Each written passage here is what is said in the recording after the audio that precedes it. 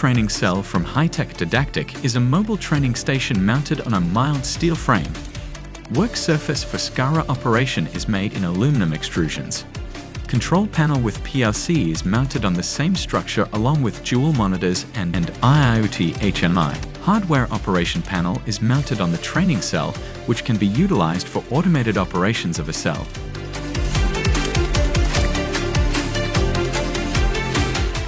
SCARA robot with 4 kg payload, minimum reach of 400 mm and vacuum-based end effector is provided in the training cell.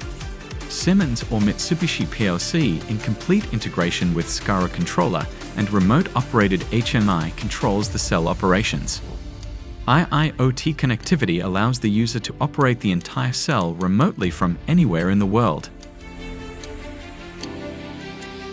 Smart light, color sensor and photo sensors are integrated with PLC through I/O-link communication. SCARA to PLC to HMI combination is Ethernet or Profinet. Conveyor with 2 separate auto feeder stations is provided along with SCARA training cell, which can be utilized for palletizing as well as automated training applications.